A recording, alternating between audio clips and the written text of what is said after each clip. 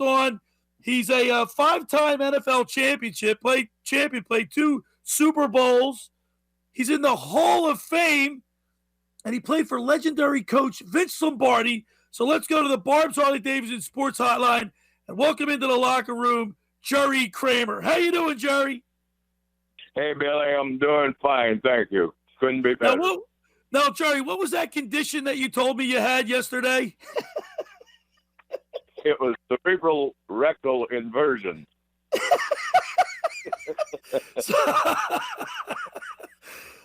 Jerry, you cracked me up with that because when I first was speaking to you, I'm like, geez, I'm really sorry. I mean, is that why you missed the time slot yesterday? I'm like, oh, I'm really sorry to hear about that. And then you told me what it really was, and that just broke me up. Jerry, you played for the legendary coach Vince Lombardi, and I know, obviously all the mystique surrounding Lambeau Field and Green Bay. Tell us how tough was he to play for? As tough as I've ever encountered, and I don't know who to measure him against, except maybe my father, who was a big 6'5" German fellow that had certain ideas that transferred to my backside an awful lot. So, but Coach Lombardi was a guy that had been around a while, and he'd been turned down at Notre Dame. He'd been turned down at several other jobs, and he felt it was because of his heritage, his Italian background. So he had been looking for a job and looking for an opportunity for a few years. I don't know exactly how many, but a few. And when he got the Green Bay job, he came in there ready to fire and ready to take care of business and ready to do anything he could do to win, because it might be his last opportunity at a big football job. So he was determined. He was focused. He had his game plan together, and he had a great energy and a great fire and a great burn in his belly. So the tremendous combination. Did you guys like collectively on the team like despise him, and that made you like play harder, or like did you guys, because you guys all like unified against him, I guess? Well, it was kind of a initially first we came off of the season before Coach Lombardi arrived. We were 1-10-1, and the worst record in the history of the Green Bay Packer organization. So we were kind of disposed to listen, and but then he started working us, and he worked us to the point of exhaustion. There were guys losing consciousness on the field, just falling over, passing out. We had a big kid named Leon Crenshaw, got on the bus back to the dorm, and we're going to have lunch. Leon is doing fine. He gets through the shower, on the bus, off the bus, walks into the cafeteria, and passes out. So, yeah, just swoons and heads for the floor. Wow. So it was extremely difficult. We had guys at St. Vincent Hospital who had a room at St. Vincent's, like Hog Hanner was a big defensive tackle from Arkansas. And Hog had a room at St. Vincent's and a room at St. Norbert's. St. Norbert's was our dormitory. St. Vincent's was the hospital. So he was back and forth 3 or 4 days there. In the morning, he'd be at practice. In the afternoon, he'd be at the hospital. The morning, the practice. The afternoon, the hospital. He did that 3 or 4 days. So, again, it's hard to convey the depth of that conditioning and the drive that Coach Lombardi had, but you can get glimpses of it. Yeah, I don't know if he'd be able to coach in today's world with the players. And heck, the preseason's not what it used to be. And of course, with the COVID, they didn't have preseason this year. We're talking with legendary offensive guard, Hall of Famer, Jerry Kramer. And Jerry, in Philadelphia, we don't run the ball that much. And you guys perfected the power sweep with 4 yards in a cloud of dust.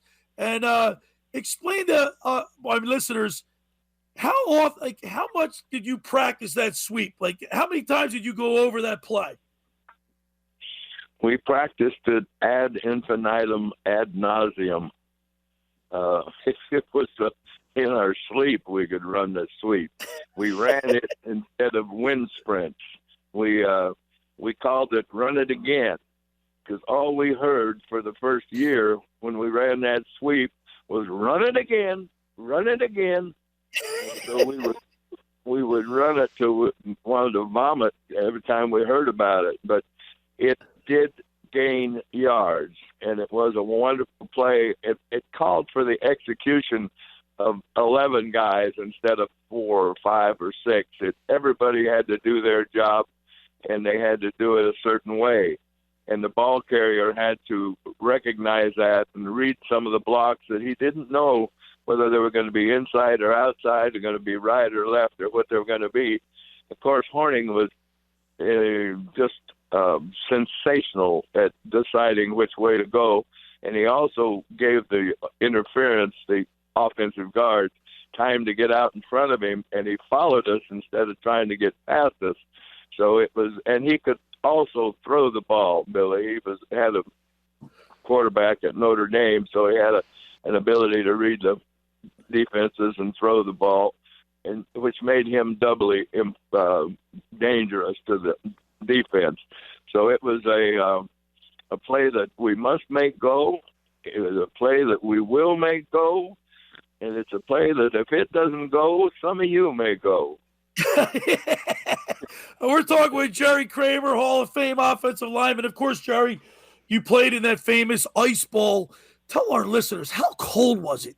I mean, you see the video, the video of the people breathing. You see their breath coming out, and you guys famously played on that sheet of ice. But how cold was it that game? There's an expression, Billy, that's a bit rare, and it's a well digger's backside in the Klondike. The Klondike is the depths of Alaska, right? And a well digger got down in the hole where it was even colder. So that particular day was colder than a well digger's boot in the Klondike. It was like 50 below zero, the chill factor. It was 16, 17 normal, but with the wind and the humidity, it was like a minus 50. So it was the second game, the coldest game ever. There was a game in Cincinnati a couple years, 3 or 4 years later, that was 1 degree colder, I believe. But it was extreme weather, and you had to prepare for it to get your mind comfortable. You knew it was cold, and you knew you could, you get your thermal underwear, or you get your dickie around your neck, you got your gloves, you got everything you can put on and continue to move, run, play. So it was but Jerry, you guys didn't have what they have today. They have those heated seats, and they have the hot blowers blowing on them. You guys didn't have any of that. Well, we did have a blower, and you had to get a stick and a bucket of doo-doo to get close to it.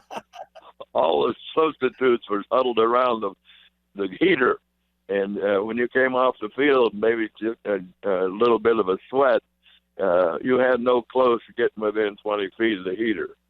So well, I'll tell you, you guys had a great run. You had 5 championships in 9 years with Lombardi, and you won the first 2 Super Bowls. That had to be something you'll never forget. You also kicked extra points too, didn't you, Jerry? Yeah, I kicked in the 62 championship game in New York. I scored 10 points in that particular day, and scored 175 points, maybe something like that over the time. I was kind of a backup kicker. When I first started playing, Billy, we had to there were 36 guys, and there wasn't a tag team or another bunch of guys waiting to go on the field. There were 36 guys, period. So if somebody went down, it would help if a kid could play 2 positions or had more than one talent, one skill. So we all tried to have a secondary ability, like generally a lineman, a guard might be able to play tackle. or center or something like that. But we had to have more than one skill set. We got you on the show today, Jerry, because I noticed on Facebook you have a 2 CD set that you're selling, and a photo book on exclusively on Facebook at facebook.com/Jerry Kramer 64. But Jerry, you brought a recorder into the locker room, in the Super Bowl locker room, and you put it aside and you found it years later. Yeah, I was working on a book with Dick Schaap, who was a brilliant writer from New York and a wonderful human being and one of my lifelong pals. And I had no background, no real experience in the writing world. And he came up to me one day in Green Bay and he said, "You want to do a book?" And I said, "What do you mean, do a book?" He said, "Write a book." I went, what do I know about writing a book? I don't know anything about writing, or especially a book. He says, "Well," he said, "you and I will work on it together. You talk into the tape recorder, and I'll publish, or I'll decipher, and we'll do a book." And I said, "Who gets final say?" He said, "You do." I said, "Let's talk." So we went to New York and talked to the publishers, and had a big meeting with about 20 people and the Sterling Lord along with us, and went back to Green Bay and training camp. And I went to John and looked in the mirror, and I said, "Boy, you got to be very flowery with your language. You got to have long, multi-syllable words, and you're going to be an author now, and it's going to be a whole different tone of voice, right?" Right. And so it lasted about 2 days. And then I looked in the mirror again, and I said, "Hey, it is what it is, and you is what you is, so all you can do is tell it exactly the way you think it to be, or you interpret it to be, and let Mr. Schaap worry about the form and the multi-syllabic words." So I just decided to try to tell the story as succinctly and as intelligently as I could, and it turned out to be a wonderful project. Yeah, and a wonderful but Jerry, time. you brought a tape recorder with you to get some footage or audio of your conversations, and also I think even Vince Lombardi's speeches to you guys. Yeah, I took well, first of all, I'm in my room, and my roommate is looking at me. I'm trying to be dead honest with things, and so I'm getting pretty basic, and my roomie is giggling a little bit. Don Chandler is looking at me, kind of crossing his eyes, and so I'd go down to the John, which was about 8, 9 in the dormitory at St. Vincent. We were probably 8 or 9 rooms from the John, and so I'd go into a booth and I would start taping my stuff, and the guys would come in and giggle and hit and whack on the door, and Gail Gillingham got a bucket of water and doused me with it. So there was all kinds of problems with the John. So I ended up going out in the car outside beside the dorm and talking into the tape recorder, every day or every evening, and trying to get the information down that I wanted. And of course, Dick was brilliant at organizing and being a part of the process. So it turned out to be a great project. Well, I'll tell you what, it's going to make a great Christmas gift. Go to facebook.com/Jerry Kramer 64.